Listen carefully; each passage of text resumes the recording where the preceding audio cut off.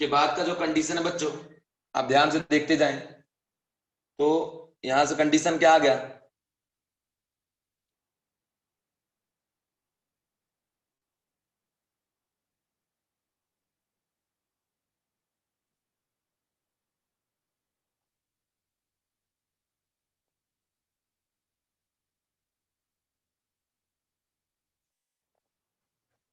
log t2 by t1 by gamma minus 1 is equal to log v1 by v2। Because minus का sign था ना, तो हमने reverse कर दिया तो पॉजिटिव में कन्वर्ट हो गया। अब ये गामा माइनस 1 को इधर हम भेज देंगे, तो आ जाएगा log of t2 by t1 is equal to gamma minus 1 into log v1 by v2। अभी गामा माइनस 1 इसके ऊपर जाएगा, मतलब आपको प्रॉपर्टी पता है ना लॉग का, log m to the power n को लिखते हैं n log m। यहां से कन्वर्ट कर लेंगे हम कि log t2 by t1 is equal to log v1 by v2 to the power gamma minus 1। ठीक है ना, हमने यहाँ पे log के प्रॉपर्टी का यूज करा है। log m to the power n को लिखते हैं ना n log m, तो n log m को लिख सकते हैं log m to the power n। इस प्रॉपर्टी का हमने यहाँ पे बच्चों यूज किया है। ठीक है, अब देखो log बोथ साइड आ गया ना, तो log को हम रिमूव भी कर सकते हैं यहां से। मान लो यहां से log हमने हटा दिया, फाइनल कंडीशन क्या आ जाएगा, t2 by t1 is equal to v1 by v2 to the power gamma minus 1। ठीक है ना, ये हमारे पास एक कंडीशन आ गया। अब इस कंडीशन के यूज से हम, अगर मान लो हमें v1 दिया है v2 दिया है और t1 t2 में कुछ भी अननोन है, तो हम यहां से कैलकुलेट कर सकते हैं। ठीक है ना, तो इस कंडीशन को आप ध्यान रखना, तरीके से हम लोग प्रॉब्लम को सॉल्व करेंगे। लेकिन एक बात याद रखिएगा कि ये जो फॉर्मूला हमने डिराइव किया है वो सिर्फ वैलिड होगा इन case of reversible adiabatic process, इसके अलावा और कहीं भी वैलिड नहीं होगा। ठीक है, इसके बाद बच्चों, और इसको जब हमने सिंप्लीफाई किया क्रॉस मल्टीप्लाई करने के बाद, तो यहां से आ गया t2 v2 to the power gamma minus 1 is equal to t1 v1 to the power gamma minus 1। ये रिलेशन यहां से आ गया कि t2 v2 to the power gamma minus 1 is equal to t1 v1 to the power gamma minus 1। Short में हम ऐसे लिख सकते हैं क्या कि t V to the power gamma minus 1, t V to the power gamma minus 1, और ये गामा माइनस 1 पावर किसमें, सिर्फ b के पावर में, is equal to constant. Same है। अब बाद में अगर आप इस टेम्परेचर को आप रिप्लेस करते हैं इन टर्म्स ऑफ, मान लीजिए वॉल्यूम या प्रेशर, कुछ और रिलेशन आ जाएगा। जैसे हमने अगर यहाँ पी भी इक्वल टू एनआरटी जो है, इसमें टी का वैल्यू निकाल ली पी भी बाय एनआर, और इस वैल्यू को हमने यहाँ सब्स्टिट्यूट कर दिया, तो आ जाएगा P V upon NR into V to the power gamma minus 1 is equal to K. आपको तो अच्छे से पता है एन अमाउंट ऑफ गैस से जो कांस्टेंट होगा, एंड आर का वैल्यू भी क्या है, यूनिवर्सल गैस कांस्टेंट। ये दोनों इधर जाके मल्टीप्लाई हो गया के के साथ, तो वापस से एक नया सा कांस्टेंट आ जाएगा बच्चों, है ना, एक नया कांस्टेंट आ जाएगा। क्या हो गया, P V into V to the power gamma minus 1 is equal to K dash. ठीक है ना, यहां से लिख सकते हैं P into V to the power gamma minus 1 plus 1 is equal to K dash. तो यहां आ गया P V to the power gamma is equal to K dash. ये रिलेशन यहां से प्रूफ हो गया कि P V to the power gamma is equal to क्या, आपका कांस्टेंट। ये भी एक नया सा कांस्टेंट है। ठीक है ना, जैसे आप इस लिख सकते हैं कि P1 V1 to the power gamma is equal to P2 V2 to the power क्या, आपका गामा। एंड इसी तरीके से बच्चों, अगर आप प्रेशर टेम्परेचर का रिलेशन निकालना चाहते हैं, ऐसे ही फाइंड आउट हो जाएगा और आ जाता है कि P to the power 1 minus gamma and T to the power gamma is equal to क्या आपका कांस्टेंट। ये हमारे पास रिलेशन है, ठीक है, समझ गए। ये सारे रिलेशन आपको याद रख रहे हैं और इनका आप यूज कर सकते हैं प्रॉब्लम सॉल्व करते टाइम। अब आपको ध्यान ये रखना है कि ये जो फॉर्मूला अभी मैंने आपको बताया, ये जो फॉर्मूला मैंने अभी आपको बताया, इस फॉर्मूले का आप यूज करेंगे सिर्फ और सिर्फ रिवर्सिबल एडियाबेटिक प्रोसेस। अगर किसी बच्चे के दिमाग में ये आ रहा होगा कि सर ये जो आपने p to the power 1 minus gamma t to the power gamma जो लाया वो कैसे आया, तो मैं ये भी आपको प्रूफ करके बता सकता हूँ। देखिए जैसे मेन इक्वेशन हमने ले लिया यहाँ से कि t2 या t v to the power gamma -1 is equal to constant, है ना। अब यहां से हमने ले लिया कि P V is equal to N R T and again V is equal to क्या हो जाएगा N R T by P, और इस वैल्यू को हम यहां सब्सटीट्यूट कर देंगे। तो आफ्टर सब्सटीट्यूशन दिस वैल्यू आ जाएगा T into N R T upon P to the power gamma -1 is equal to K, ठीक है ना। ये कंडीशन आ गया। अब यहां से मैं सॉल्व करता हूं कि T into N R to the power gamma -1 into T to the power gamma -1 divide by P to the power gamma -1 is equal to K. बाबू अगर इसको ऊपर लेके जाएंगे माइनस मल्टीप्लाई हो जाएगा इस पे पावर में, तो ये हो जाएगा पी 1 माइनस गामा, कि गामा -1 में अगर माइनस मल्टीप्लाई कर देंगे तो -1 प्लस हो जाएगा और गामा में माइनस गामा हो जाएगा, ठीक है, इंटू टी ऑलरेडी गामा -1 है और यहाँ पे पावर 1 है, अब ऐड करेंगे तो फाइनली क्या आ जाएगा gamma p to the power 1 minus gamma into T to power gamma is equal to K by N R gamma -1, ठीक है। तो देखिए ये दोनों के पावर में, अब ये तो एक कांस्टेंट ही है ना और ये भी कांस्टेंट है, तो कुल मिला के एक नया सा कांस्टेंट आ जाएगा। यहाँ से हम इसको ऐसे लिख सकते हैं T to the power gamma into P to power 1 minus gamma is equal to क्या कांस्टेंट। इस कंडीशन को बच्चों आप ध्यान रखना, ठीक है। इस तरीके से हमने पूरे रिलेशन को फाइंड आउट किया, लेकिन कहां फाइंड आउट हुआ, इन case of reversible process. Her point पे वैलिड है लेकिन रिवर्सिबल होना चाहिए, एडियाबेटिक होना चाहिए। इस फॉर्मूले का आप इरिवर्सिबल प्रोसेस में जाके यूज नहीं कर सकते, इस कंडीशन का ध्यान रखना, ठीक है। अब ये तीनों फॉर्मूला एक साथ में लिख देता हूं, और JEE में नीट में बहुत बार आ चुका है एग्जाम में प्रॉब्लम, है ना। कैसे याद रखेंगे कि P V to the power gamma -1 is equal to constant. Second formula कैसा याद रखेंगे कि P V to the power gamma is equal to constant. And third formula कैसे याद रखेंगे कि P to the power 1 minus gamma into T to the power gamma is equal to क्या constant. ये तीन फॉर्मूला है हमारे पास, और ये तीनों फॉर्मूला बहुत ज्यादा इंपॉर्टेंट है। इसका यूज कैसे करेंगे, ऐसे करेंगे P1 V1 to the power gamma -1 is equal to P2 V2 to the power gamma -1, तो जो एक अननोन होगा फाइंड आउट कर लेंगे।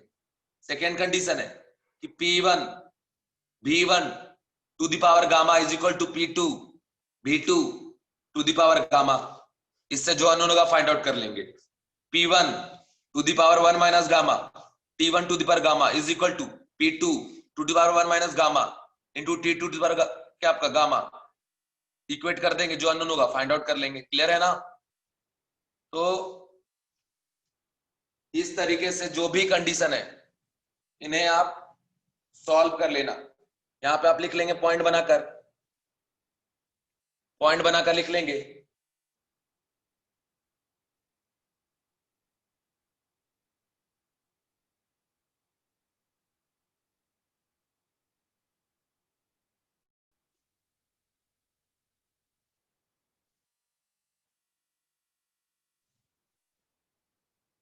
हाँ यार टी होगा टी, ये टी है, टी भी to gamma -1।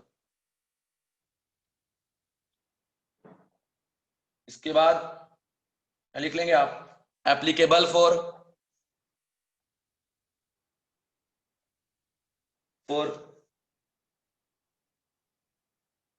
Reversible adiabatic process.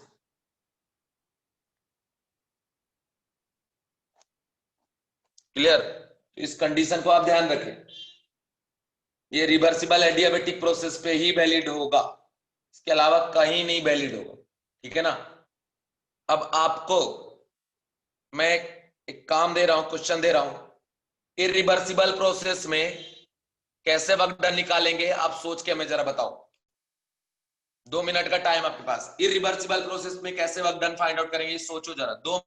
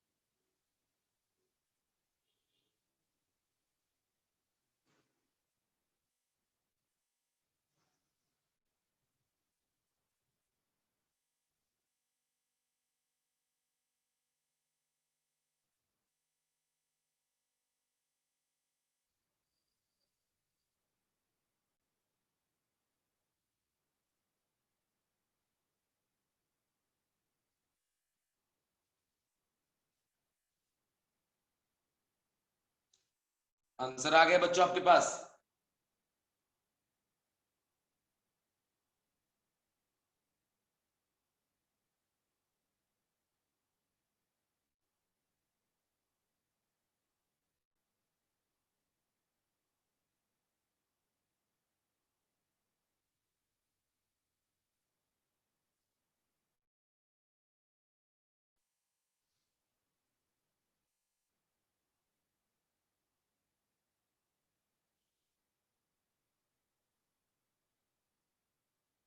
Answer calculate कर लिए? Give me answer please. Answer calculate कर लिया आपने?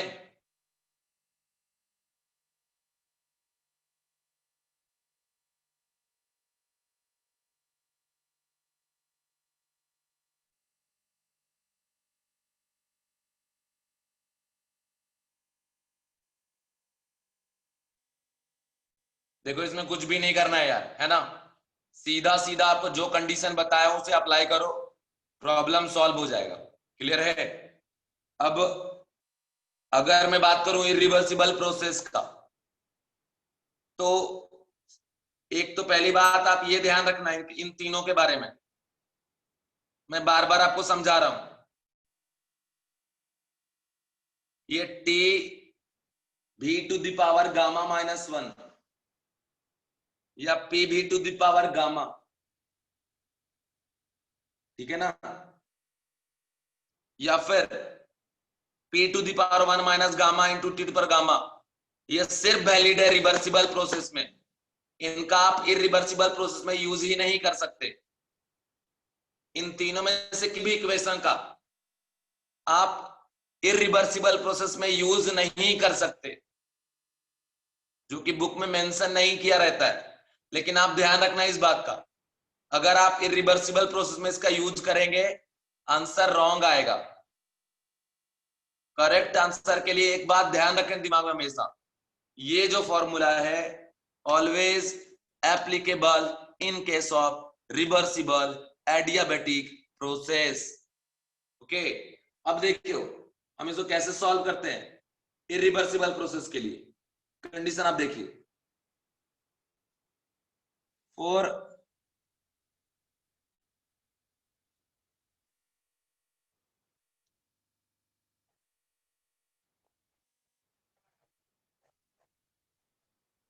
इरिवर्सिबल प्रोसेस, अब मैं डिस्कस करने जा रहा हूं अबाउट इरिवर्सिबल प्रोसेस, ठीक है ना। अब यहां पे सीधा आप क्या लगाएंगे, डी यू इक्वल टू क्या, d W, because Q is equal to what, zero in case of adiabatic process. तो यहाँ पे डी क्यू का वैल्यू तो जीरो हो गया, तो फ्लॉट से d equal to d W आ रहा है, क्लियर है ना। यहाँ पे आप अप्लाई कर दें NCV D T T one plus of P external DV V one से बी टू।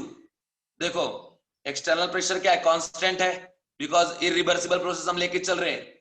एक्सटर्नल प्रेशर बाहर जाएगा इंटीग्रेशन साइन का, और ये एनसीबी भी बाहर जाएगा इंटीग्रेशन साइन का। एनसीबी dt का इंटीग्रेशन क्या हो गया, T one to T two and is equal to, इधर देखो माइनस ऑफ पी एक्सटर्नल बाहर चला गया, भी बी वन से बी टू। यहाँ पे आगे बच्चों क्या condition, NCV T two minus T one is equal to minus of P external V two minus what, V one. ये कंडीशन यहाँ पे आ गया। अब इसके बाद कंडीशन ये हमने पुट कर दिया यहाँ पे N R by gamma minus one into T two minus T one, clear.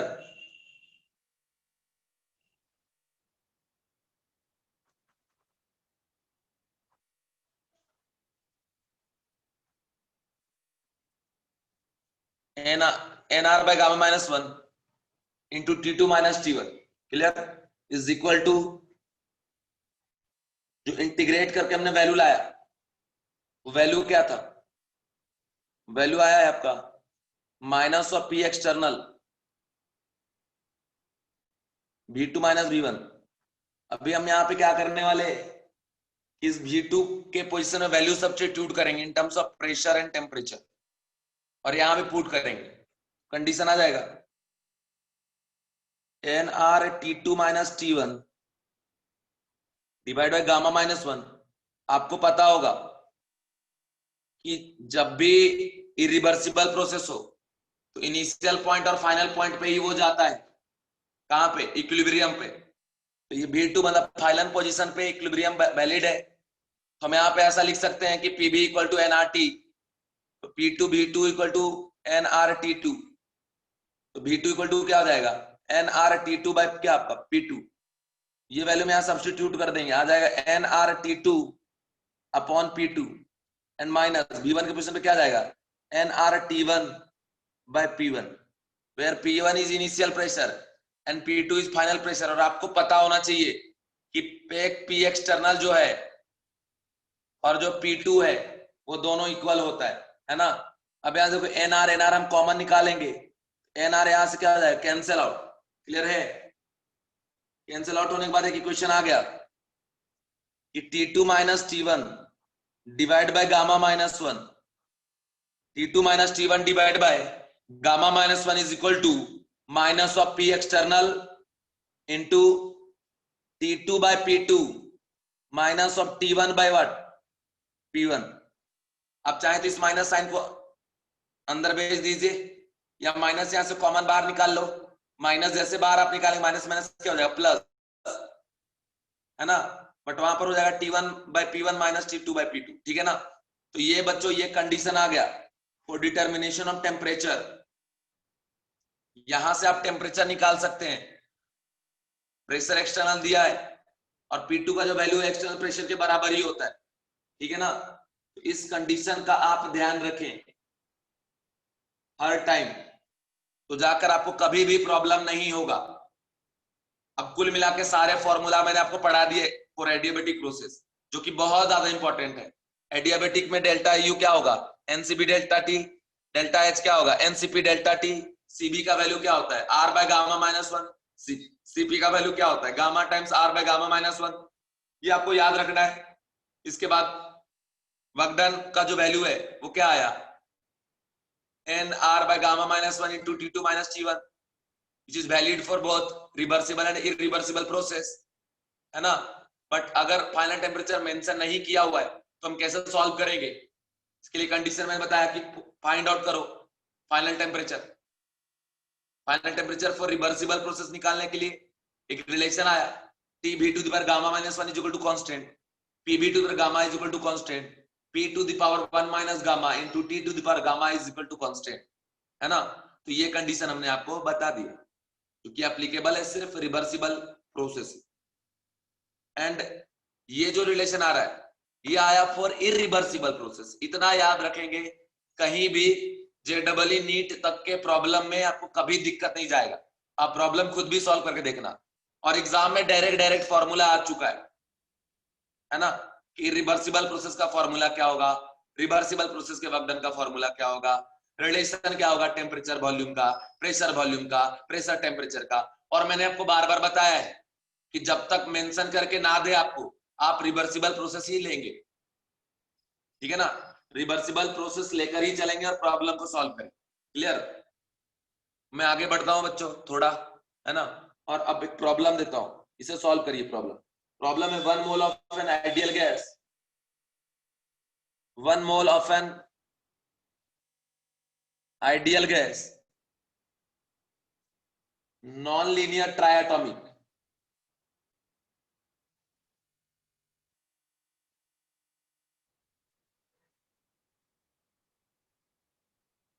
Non linear triatomic gas is adiabatically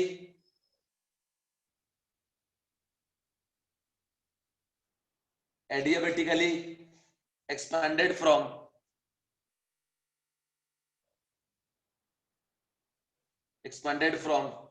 16 atm 300 Kelvin to 1 atm. Calculate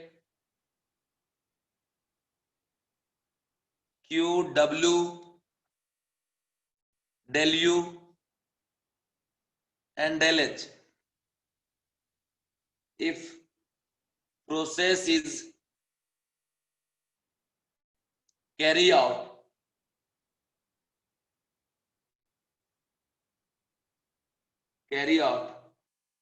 first reversibly,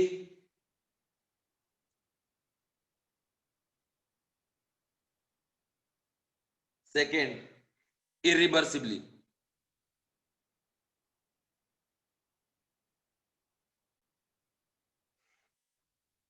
ठीक है ना। दोनों प्रोसेस को अप्लाई करके आप प्रॉब्लम सॉल्व करिए, अप्लाई करिए। JEE mains advance level का प्रॉब्लम है ये, आप इसे सॉल्व कर लेंगे एडियाबेटिक में, कभी भी आपको दिक्कत नहीं जाएगा। एडियाबेटिक प्रोसेस के सारे प्रॉब्लम आपसे सॉल्व होंगे बच्चों। तो आप इसे सॉल्व करिए, आपके पास 1 मिनट का टाइम है, उस बाद मैं सॉल्व कर दूंगा।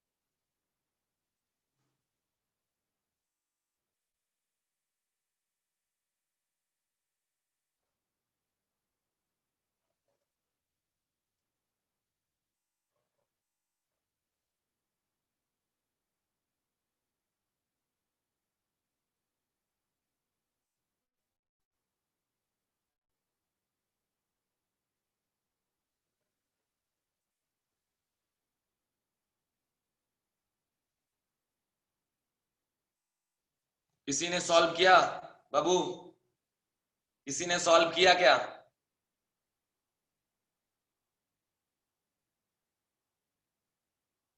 आंसर बताइए आदित्य राज।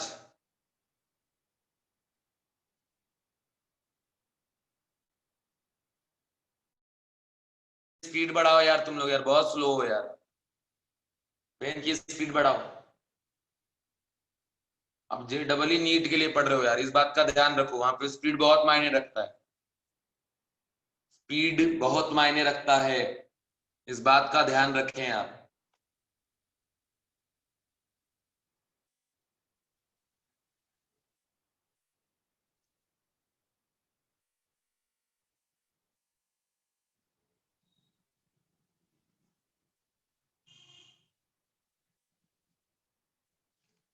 मैं सॉल्व करता हूं, अब देखो। सबसे पहली बात कि यहां बोला है 1 mole of an ideal gas. Ideal gas का जो मोल दिया है 1 मोल दे रखा है, और ट्रायटॉमिक गैस है, इसका सीबी निकाल लो पहले, और CP.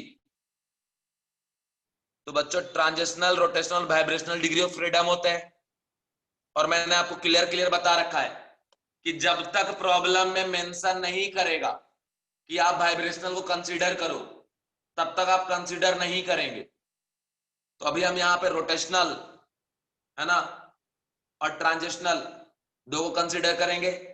Transitional degree of freedom 3 होता है और रोटेशनल भी 3 होता है, एंड ट्रांजिशनल रोटेशनल सीबी में कंट्रीब्यूशन कितने का देता है? हमारे पास सीपी सीबी दोनों आ गया। सबसे पहले सीपी या सीबी रिवर्सिबल प्रोसेस में आप यूज करिए, इरिवर्सिबल प्रोसेस में यूज करिए, दोनों तो सेम ही रहेगा, इसमें तो चेंजेस होने वाला है नहीं, ठीक है ना। अब इसके बाद देखो कंडीशन क्या है कि पी इनिशियल जो दे रखा है वो दिया 16 एटीएम, एंड जो साथ में दे रखा है टेम्परेचर इनिशियल T1 300 केल्विन, ये गिवन है। हमने प्रॉब्लम सॉल्व करने हैं रिवर्सिबल प्रोसेस में।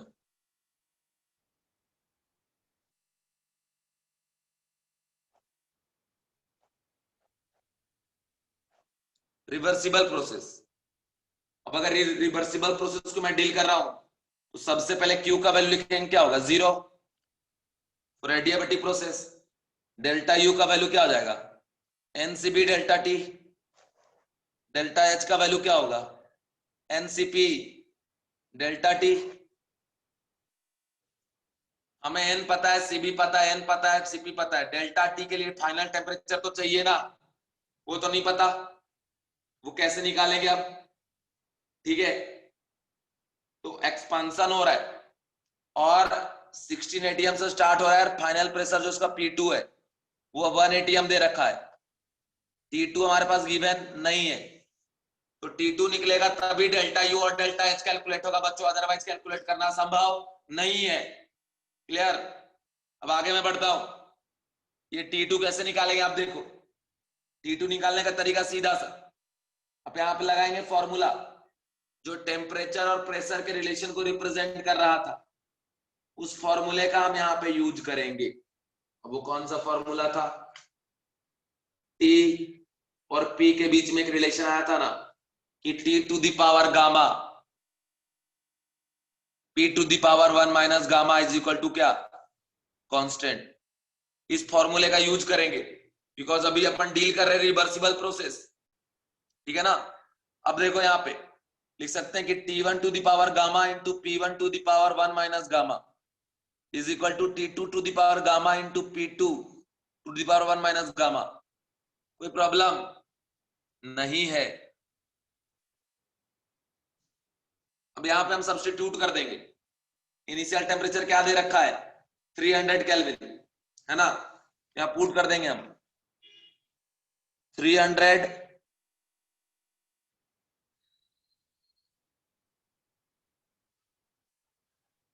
300 क्या दिखाएं भाई? रिवर्सिबल प्रोसेस में आपको क्या दिखाऊं? बोलो क्या दिखाऊं, बताओ। एग्जैक्ट वही पॉइंट दिखा देंगे।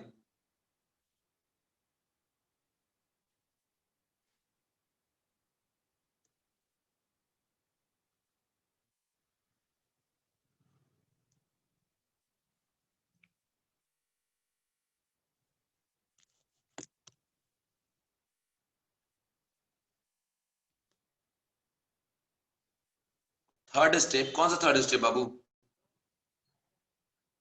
आयुष, क्या थर्ड स्टेप दिखाऊं यार? चलो ये प्रॉब्लम मैं सॉल्व कर रहा हूं ना, इस प्रॉब्लम को देखिए। फर्स्ट मीटिंग में आप नहीं थे क्या यार? चलो यहां पे देखो, 300 टू द पावर गामा रहने दो, और इनटू P1 कितना दे रखा है बच्चों? 16 ATM। 16 to the power 1 minus gamma is equal to T2 to the power gamma into P2 1 to the power 1 minus gamma. ठीक है ना? ये जो भी होगा ये क्या हो जाएगा? Equal to 1। क्या आ गया? 300 to the power gamma into 16 to the power 1 minus gamma is equal to T2 to the power क्या आपका गामा। अब देखो गामा का वैल्यू क्या होता है? CP by CB. सीपी कितना है? 4R, और सीबी कितना है? 3R। क्या आ गया? 4/3। सब्सटीट्यूट कर दें इसको, अब आ जाएगा यहां से 300 to the power 4/3 into 16 to the power 1 minus 4/3 is equal to T2 to the power 4/3। हमने सब्सटीट्यूट कर दिया, ठीक है ना? अब यहां से जो भी कंडीशन हम यहां से सॉल्व करेंगे, ठीक है? देखिए कैसे सॉल्व करेंगे।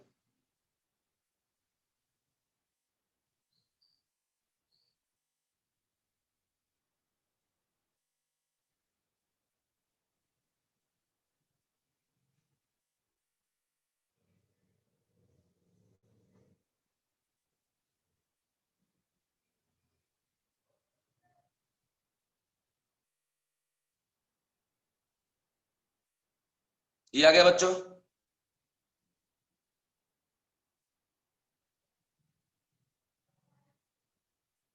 क्लियर? यहां तक किसी को प्रॉब्लम नहीं होना चाहिए, ठीक है ना? अब ये जो है, अगर बोथ साइड हम मतलब इस 1/3 को इधर भेज देंगे तो क्या हो जाएगा? 300 4/3 into 16 to the power minus 1/3 to the power cube हो जाएगा, and T2 to the power क्या हो गया? 4। ठीक है? ये 1/3 इसको इधर भेज देंगे तो क्या होगा? पावर में 3 चला जाएगा। ये जो 3 है इससे ये कैंसिल आउट, और ये हो गया कैंसिल आउट। तो यहां से क्या बचा? 300 to the power 4 into 16 to the power क्या आपका? -1 is equal to 2 to the power क्या आपका? T2 टू द पावर क्या आपका? 4। लिख सकते हैं 300 to the power 4 by 2 to the power 4, तो लिख सकते हैं equal to T2 to the power क्या आपका? 4। 300 by 2 to the power 4 is equal to T2 to the power 4। ठीक है? तो यहां से फाइनली T2 का वैल्यू कितना आ जाएगा? 300/2 मतलब 150 केल्विन। ठीक है बच्चों? तो ये हमारा कैलकुलेशन हो गया T2 का। तो T2 कैलकुलेट करने के बाद, और एक बात और याद रखिएगा, प्रॉब्लम में इस तरीके का डाटा दिया रहता है कि आप इजीली उसे सॉल्व कर सकें, कोई दिक्कत आपको नहीं जाने वाला। ठीक है ना? तो इस कंडीशन का आप ध्यान रखिएगा। मैं आगे बढ़ता हूं एंड इसमें कंडीशन आपको बता रहा हूं। कंडीशन ये है कि अगर आप डेल्टा यू निकालेंगे तो डेल्टा यू और वर्क डन दोनों का एक ही फॉर्मूला है। और नॉर्मल कंडीशन पे आप निकालते हैं तो क्या है यहाँ पे? N R by gamma -1 into T2 minus what T1। CV का वैल्यू पुट कर दिया in terms of R by gamma -1। N का वैल्यू क्या दे रखा है बच्चों? 1 mole. R divide by gamma का वैल्यू कितना आया? 4/3। 4/3 -1। ठीक है ना?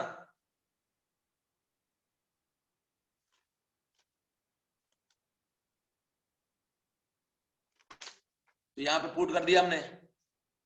T2 का वैल्यू कितना आया 150 और माइनस T1 कितना है 300 केल्विन।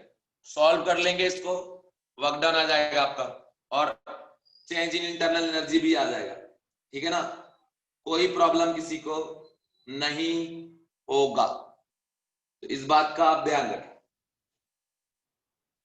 अब अगर आपको डेल्टा एच निकालना है तो डेल्टा एच के लिए आप कंसेप्ट लगा दोगे एनसीपी डेल्टा टी। सीपी का वैल्यू जो है पुट कर दो, ठीक है ना। एन का वैल्यू कितना है 1 मोल, सीपी का वैल्यू कितना है 4R, in terms of are अगर रखे, ठीक है। और इसमें भी डायरेक्ट आप 3R रख सकते थे, क्योंकि यहां भी वही चीज आएगा 4 माइनस 1 1/3 ऊपर जाकर कितना हो जाएगा 3R, और यहाँ 4R हो गया। डेल्टा टी का वैल्यू फिर से भाई 150 माइनस 300, तो यहां से बच्चों आ गया डेल्टा एच। अगर आर का वैल्यू जूल में रखोगे तो ये जूल में आउटपुट देगा, ठीक है। तो कैलकुलेशन हो गया डेल्टा एच क्यू डब्ल्यू सभी चीज का for reversible process. And again अब मैं बात करता हूं फॉर इरिवर्सिबल प्रोसेस।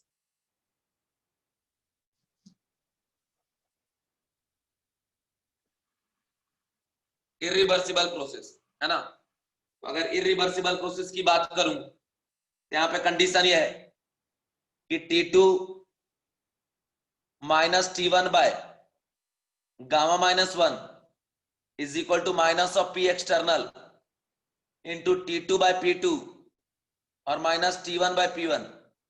याद आया आपको, अभी थोड़ी देर पहले मैंने डिराइव करा था फॉर इरिवर्सिबल प्रोसेस। जब भी इरिवर्सिबल प्रोसेस की बात किया जाए तो आप इसी फॉर्मूले का यूज करेंगे। अब T2 पता नहीं, T1 300, गामा 4/3 माइनस 1, और आपको मैंने बताया है कि ये जो एक्सटर्नल प्रेशर है वो इस P2 के बराबर होगा। P2 का वैल्यू दिया 1 atm, T2 का वैल्यू कितना होगा अननोन है, P2 क्या होगा 1 atm माइनस ऑफ T1 का वैल्यू क्या दिया है बच्चों 300 एंड P1 कितना दिया है 16, ठीक है।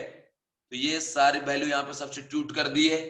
तो देखिए आप यहाँ पर एक ही अननोन है बच्चों, ठीक है।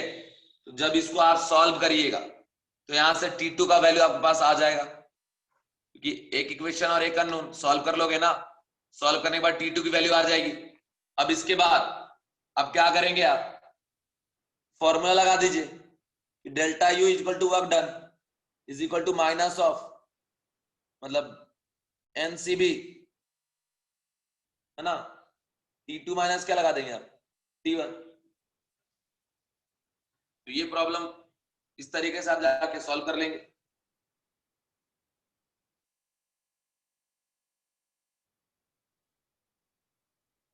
क्लियर, कोई प्रॉब्लम नहीं है। डेल्टा एच भी आप कैलकुलेट कर लेना एनसीपी डेल्टा टी से। अब बोलोगे सर रिवर्सिबल प्रोसेस में भी तो आपने ऐसा ही किया था, सब कुछ सेम रखा था। तो मैंने क्या कहा आपको कि रिवर्सिबल इरिवर्सिबल में मैग्नीट्यूड चेंज होगा और उसके लिए फाइनल जो टेम्परेचर है ना वो डिफरेंट डिफरेंट आता है। इस कंडीशन को आप ध्यान रखना, ठीक है बच्चों। यहां तक जो भी बातें थी मैंने आपको बता दिया, ठीक है। याद रखना आप एक एक कंडीशन एक एक बात बता दिया। फिर से एक प्रॉब्लम मैं आपको दे रहा हूं, इसको फास्ट सॉल्व करिए। क्वेश्चन ये है बच्चों, लिखिएगा कि 1 mole of an ideal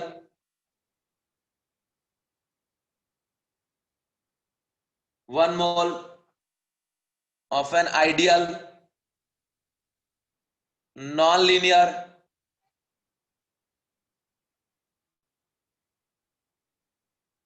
triatomic gas is adiabatically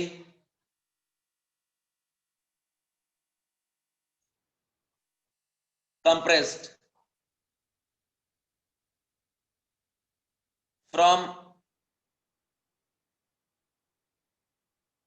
1 atm 300 Kelvin to 16 atm. Calculate Q, W, del H and del U.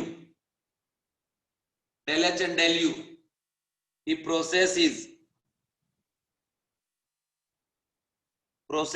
carry out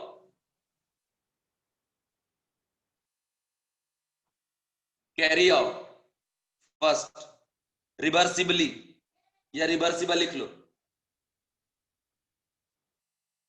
reversible process, and second irreversible process.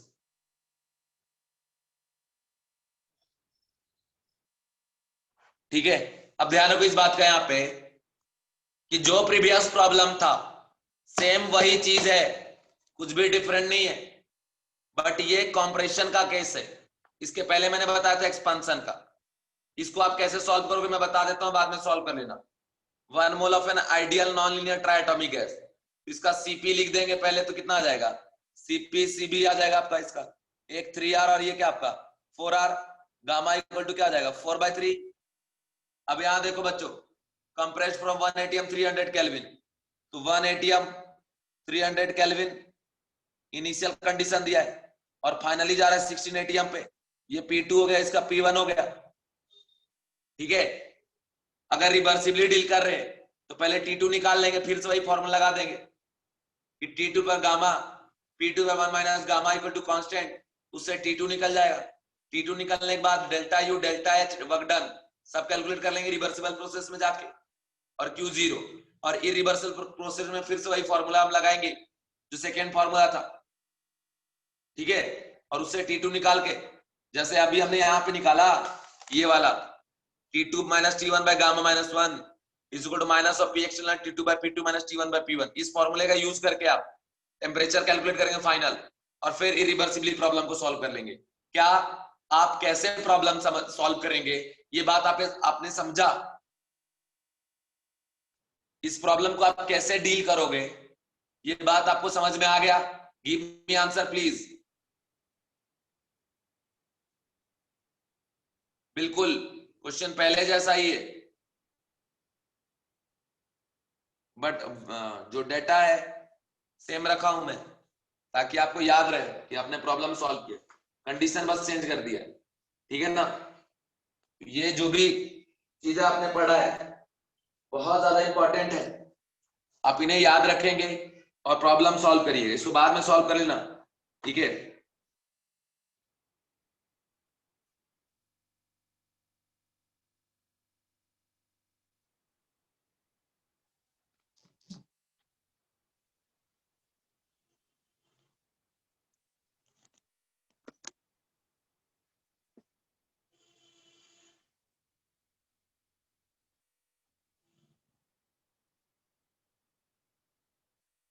नहीं नहीं नहीं नहीं, कहाँ हो यार, अभी तब से तो वही बात समझा रहे हैं ना कि जो रिवर्सिबल में निकालेंगे इरिवर्सिबल में नहीं आएगा, अलग अलग आएगा. तभी तो बता रहे ना भाई, यहाँ जो टेम्परेचर, यही बात तो बार बार बता रहा हूं यार, इरिवर्सिबल में इनिशियल जो टेम्परेचर होगा और इरिवर्सिबल में जो इनिशियल टेम्परेचर होगा वो तो सेम होगा, but in case of reversible final temperature जो आ रहा है और इरिवर्सिबल में जो फाइनल टेम्परेचर आ रहा है वो डिफरेंट होगा. मतलब जो यहाँ T2 कैलकुलेट आप करोगे ना तो अप्रोक्सीमेटली 273 के आसपास आएगा, और यहाँ पे जो आपने T2 कैलकुलेट किया कितना आया था आपका 150 आया था. तो फाइनल टेम्परेचर अगर अलग अलग आएगा तो डेल्टा T तो अलग अलग ना आएगा यार, तो सेम कैसे यूज आप कर लोगे? फाइनल जो टेम्परेचर है ना रिवर्सिबल का और इरिवर्सिबल का वो डिफरेंट डिफरेंट आता है, इसलिए तो अलग फॉर्मूला दिया गया, अदरवाइज क्यों देते? समझ रहे हो बात? बात क्या है, समझ रहे? बात यह है कि अगर आप एक सिस्टम लिया, उसको रिवर्सिबली डील किया, इरिवर्सिबली डील किया, तो रिवर्सिबल के केस में जो फाइनल टेम्परेचर पहुंचेगा और इरिवर्सिबल में जो फाइनल टेम्परेचर पहुंचेगा वो आपस में डिफरेंट होगा. ठीक है, आइसोथर्मल में ऐसा नहीं होता था, लेकिन एडियाबैटिक में ऐसा ही होता है. अपने ध्यान रखना है, ध्यान नहीं रखोगे गलत हो जाओगे. दोनों केस में डेल्टा टी सेम नहीं होगा, ठीक है ना।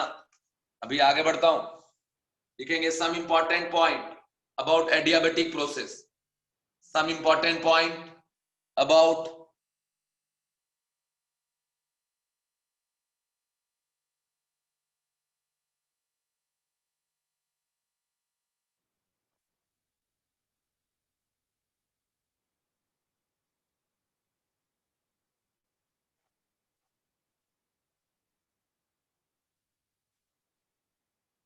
देखो बाबू, सबसे पहले मैं आपको जो बात बताने जा रहा हूं, ध्यान से सुनते जाना, ये प्रॉपर्टी है, ठीक है।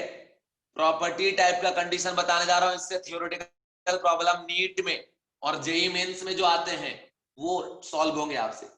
पहली बात तो आप ये याद रखो कि जो वर्क डन का जो फॉर्मूला आपने पढ़ा कि N C B T2 minus T1, ठीक है। एक बात आप देखिए, वर्क डन ये जो जनरल फॉर्मूला है वो तो सभी वैलिड है, रिवर्सिबल ही रिवर्सिबल। अब देखिए, वर्क डन निगेटिव जब आता है हम क्या बोलते हैं, work done by the system. Work done positive में क्या बोलते हैं, work done on the system. अब ये निगेटिव या पॉजिटिव आएगा किस बात पर डिपेंड करेगा, इस डेल्टा टी पे। अगर डेल्टा टी पॉजिटिव आए तो work done positive, delta T negative आए तो वर्क डन निगेटिव। इसका मतलब final temperature less than initial temperature तो निगेटिव आएगा, तो होगा work done by the system. और work done on the system तो final temperature greater than initial temperature तो पॉजिटिव आएगा। तो इससे क्या प्रूफ हो रहा है, प्रूफ ये हो रहा है ना कि जब वर्क करेगा system by using adiabatic process तो बाबू उसका टेम्परेचर रिड्यूस होता है, डिक्रीज होता है ना, टेम्परेचर डाउन होगा। अगर टेम्परेचर डाउन होगा तो मतलब कूलिंग चल रहा है। तो याद रखिएगा, इन केस ऑफ एडियाबेटिक प्रोसेस आप रिवर्सिबल कराओ या इरिवर्सिबल कराओ, ठीक है। अगर आप एक्सपांशन करा रहे that is work done by the system, then उस केस में फाइनल टेम्परेचर डिक्रीज होगा, that is cooling occur, cool होगा सिस्टम, ठीक है, कूल होता है, एनर्जी लॉस कर रहा है। दूसरा, if work done on the system, then उस केस में क्या होगा, फाइनल टेम्परेचर इंक्रीजेस, एंड अगर फाइनल टेम्परेचर इंक्रीज हो रहा है तो डेल्टा टी पॉजिटिव आएगा तो वर्क डन भी पॉजिटिव आएगा। तो आप ये कह सकते हैं कि heating occur in case of compression and cooling occur in case of expansion. But कितना कूल होगा ये डिपेंड करेगा सिस्टम पे, क्या कंडीशन दिया है, ठीक है। लेकिन अगर एक्सपांशन करा रहे तो कूलिंग होगा, बट रिवर्सिबल में और इरिवर्सिबल दोनों में सेम कूलिंग नहीं होगा, क्योंकि दोनों का सेम फाइनल टेम्परेचर नहीं होगा।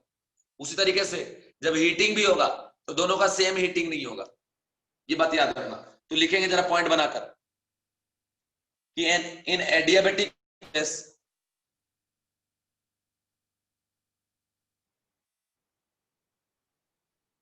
in adiabatic process work has to be done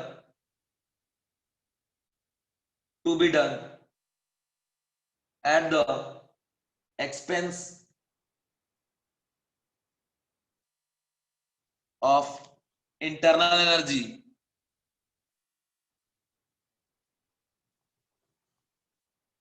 energy, so internal energy will decreases,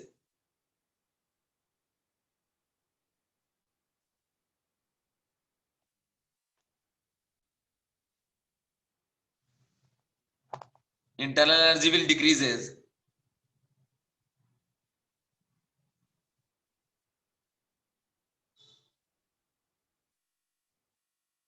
that is when work is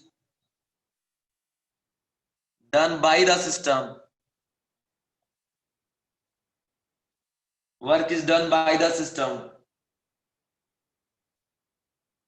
that is in adiabatic expansion,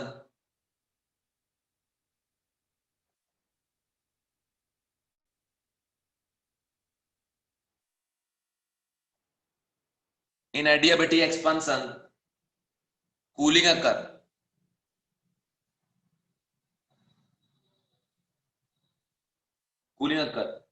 while in adiabatic compression,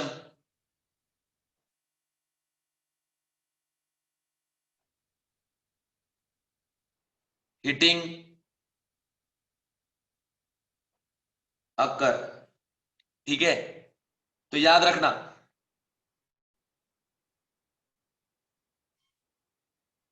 ये जो condition मैंने बता दिया ना, इसको याद रखिएगा।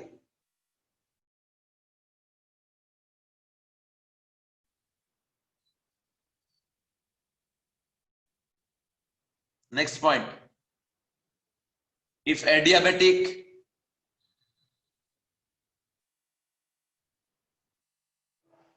irreversible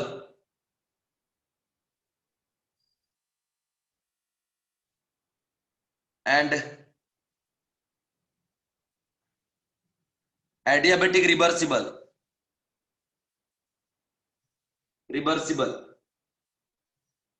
are started from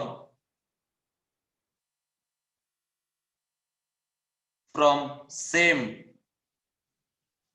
initial state,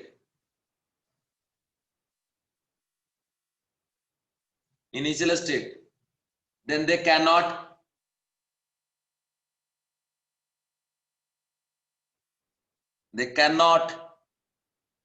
end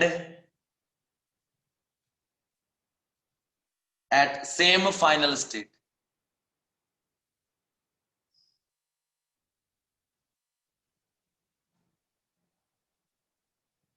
same final state.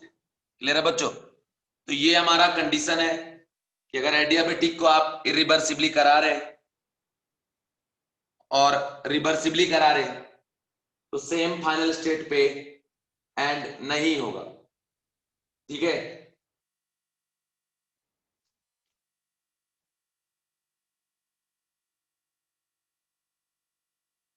समझ गए बच्चों?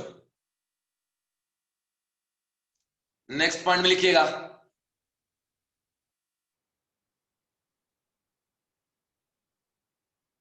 इन adiabatic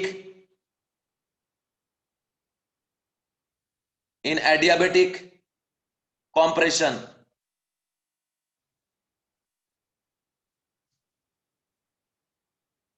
heating occur, that is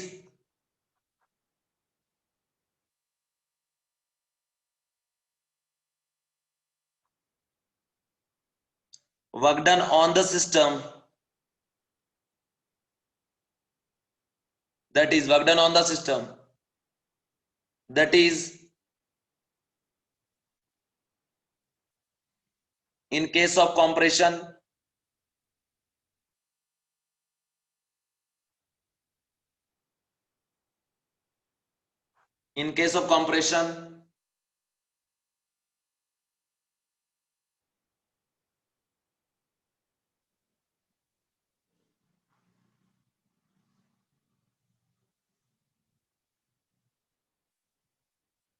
heating occur. देखो हमने यहां भी लिखवा दिया था कि while adiabatic compression heating occur, है ना, बट इसको एक्सपांड करके इधर अलग से भी लिखवा दी ताकि इसको आप ध्यान रखें। मतलब जब मैं एक्सपांशन लिखवाया ना, उसी में एंड में लिखवा दिया while in adiabatic compression heating occur, but हमने एंड में इसको भी एक्सपांड कर दिया। अब देखें, इसको अगर मैं एक लाइन में रिप्रेजेंट करूं तो लिखेंगे pressure decreases, volume increases. Pressure decrease हो रहा है, वॉल्यूम इंक्रीज हो रहा है, तो कौन सा प्रोसेस हो गया आपका? एक्सपांशन। और एक्सपांशन में मैंने क्या बताया? कूलिंग होगा। कूलिंग होगा तो टेम्परेचर भी क्या होगा? डिक्रीज होगा। ठीक है ना?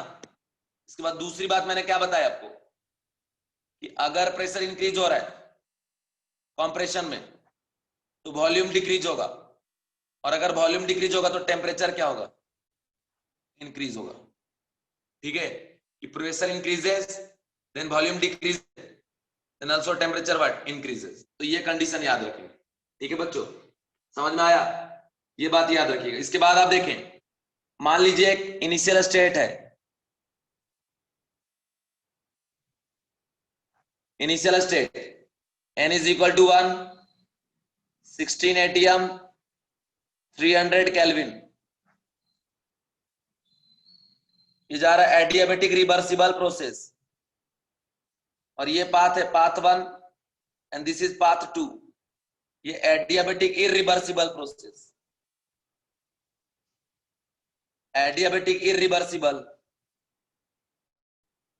प्रोसेस, और ये कौन सा एडियाबेटिक रिवर्सिबल प्रोसेस, ठीक है ना। तो यहां से जो फाइनल टेम्परेचर पहुंचेगा रिवर्सिबल प्रोसेस का, not equal to final temperature of irreversible process. याद रखना मेरे प्यारे बच्चों, माय डियर स्टूडेंट, इस बात को आप याद रखना हमेशा, ठीक है। ये कंडीशन मैंने आपको बता दी, इसको लिख लें और अब इसके आगे मैं बढ़ता हूं।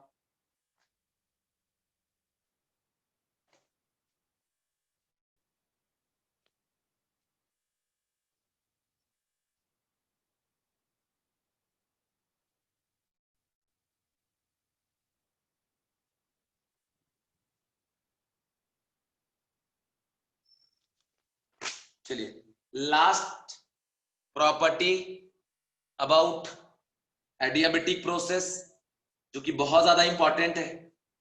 कंडीशन आप देखें एंड समझे, ठीक है ना। अब देखिए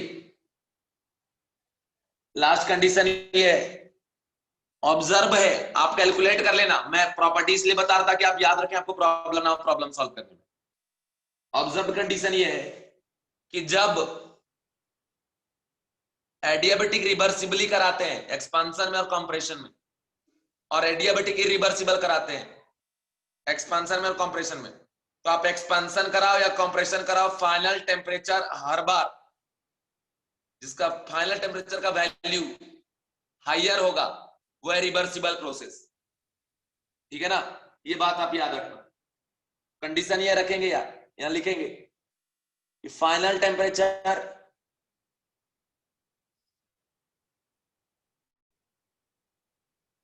of adiabatic irreversible process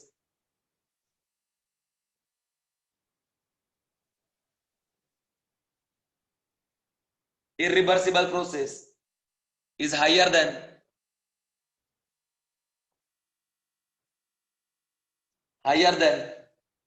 adiabatic reversible process.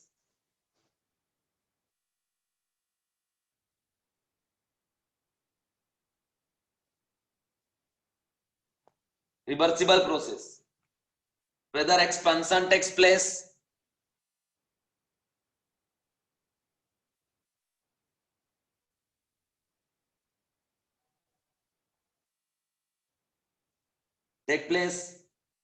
or compression.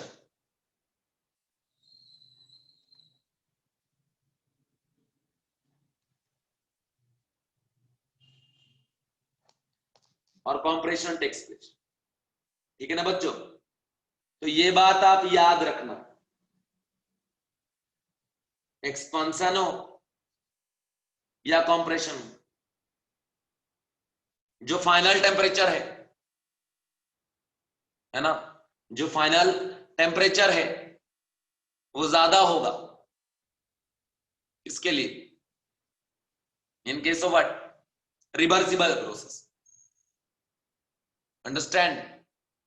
Give me answer yes और नो।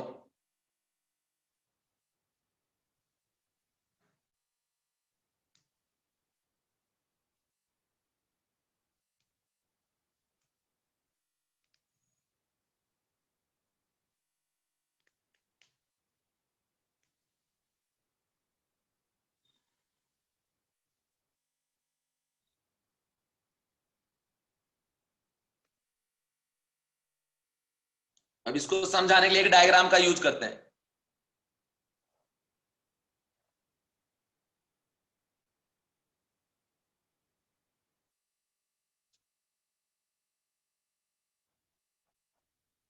इस पॉइंट का टेम्परेचर हमने ले लिया है बच्चों 300 केल्विन, ठीक है ना। इसके नीचे जाएंगे तो क्या होगा बोलो, टेम्परेचर डिक्रीज होगा, टेम्परेचर डिक्रीज मतलब नीचे जाने पे टेम्परेचर क्या हो रहा है, डिक्रीजेस, और अगर ऊपर जाएंगे तो टेम्परेचर इंक्रीजेस। टेम्परेचर डिक्रीजेस का मीनिंग क्या हुआ, expansion takes place, and temperature increases का मीनिंग क्या हुआ, कॉम्प्रेशन टेक्स प्लेस। ठीक है ना, ये कंडीशन हो गया। अब मैंने आपको बताया है कि जितना नीचे जाओगे, जितना नीचे जाओगे आप, उतना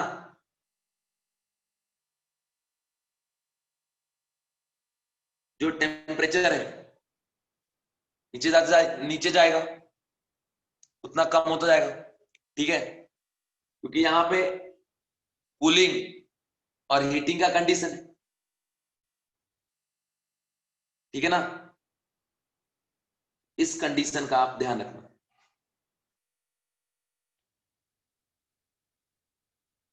अब इसमें आपको कुछ कंडीशन बताने जा रहा हूं, ध्यान से देखना और सीखना। कि जैसे हमने जो यहां लिखा है कि final temperature of adiabatic irreversible process is higher than adiabatic reversible process whether expansion takes place or compression takes place। अपन इसी स्टेटमेंट का इस डायग्राम में यूज करेंगे।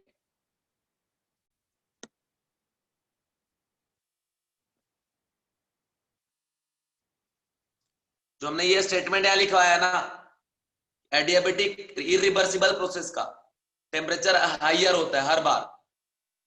ठीक है ना, एक्सपांशन या कंप्रेशन, उसी स्टेटमेंट का। तब देखिए बच्चों, जितना नीचे टेम्परेचर क्या रहा है उतना नीचे जा रहा है। ठीक है, तो मान लो एक पॉइंट ये ले लिया, एक पॉइंट ये ले लिया। ठीक है, तो ये हो गया टी फाइनल और ये भी हो गया टी फाइनल।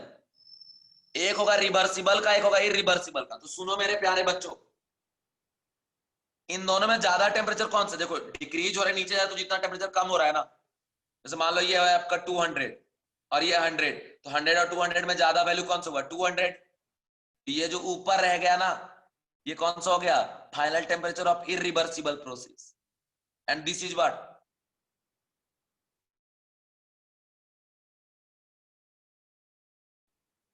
तो यहां से हो गया ये क्या आपका magnitude of delta T for reversible process, and ये हो गया magnitude of delta T for irreversible process. ठीक है, तो वर्क डन किसके केस में ज्यादा आएगा, रिवर्सिबल के केस में। वर्क डन कम कहां पे आ रहा है, इरिवर्सिबल के केस में। और वैसे भी पता था पहले से कि एक्सपेंशन केस में रिवर्सिबल का वर्क डन ज्यादा आता है ना, और इरिवर्सिबल का वर्क डन क्या आता है, कम। तो अगर आपसे पूछा कि बताओ, एक हमने लिया सिस्टम, उसमें एडियाबेटिकली हम परफॉर्म करा रहे हैं और एक्सपेंशन करवाए, तो बताइए कूलिंग होगा कि हीटिंग होगा, तो आप बताओगे कूलिंग होगा। कूलिंग किसमें ज्यादा होगा, इन केस ऑफ रिवर्सिबल और इन केस ऑफ इरिवर्सिबल। तो देखिए ज्यादा कूल कब होगा, जब ज्यादा नीचे जाएगा टेम्परेचर, और बहुत नीचे टेम्परेचर कब गया, इन केस ऑफ रिवर्सिबल प्रोसेस, है ना। तो maximum cooling occur in case of what, reversible process. But irreversible में उतना कूलिंग नहीं हो रहा जितना कि रिवर्सिबल में हो रहा है। क्या बात आपको समझ में आ रहा है, क्लियर है, एक एक कंसेप्ट क्लियर है, एक एक बात क्लियर है। Give me answer please, yes और नो।